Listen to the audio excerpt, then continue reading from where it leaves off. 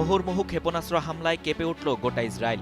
দিকবিদিক ছোটাছুটি শুরু করে স্থানীয়রা, অপরদিকে বুকে কাঁপন দিয়ে ওঠে ইসরায়েলি সশস্ত্র বাহিনীর। হামলা ঠেকাতে উঠে পড়ে লাগে আইডিএফ।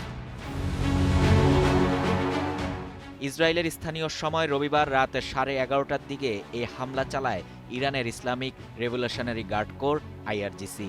ইরান জানিয়েছে, লেবাননের রাজধানী বৈরুতে ইসরায়েলের প্রতিরক্ষা বাহিনীর হামলার জবাব দিতে তারা ইসরায়েলে ব্যালিস্টিক ক্ষেপণাস্ত্র ছুড়েছে।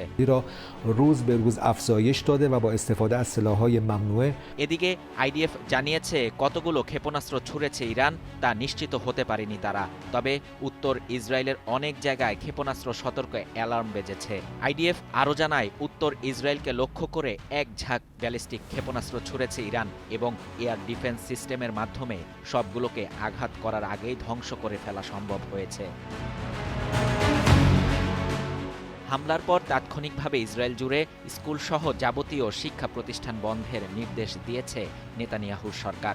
সেই সঙ্গে নাগরিকদের বাড়িঘর ছেড়ে সেফ হোম এবং আশ্রয় কেন্দ্রে যাওয়ার আহ্বানও জানিয়েছে। এর আগে গেল শনিবার লেবাননের রাজধানী বৈরুতে বিমান অভিযান চালিয়েছে আইডিএফ। এতে আহত হয়েছে 4 জন শিশুসহ কমপক্ষে 20 জন।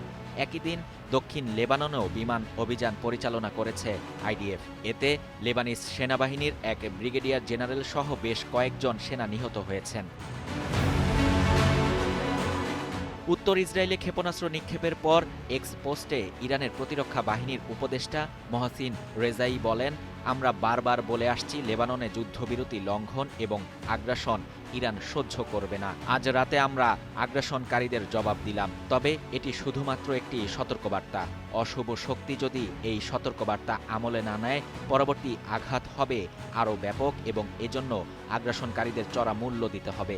অপরদিকে ইরানের এই হামলা ও হুমকির পর ইসরায়েলের কট্টর ডানপন্থী জাতীয় নিরাপত্তা মন্ত্রী ইটামার বেন গাভির এক্স পোস্টে লিখেন, আজ রাতে তেহরানকে অবশ্যই পুড়তে হবে।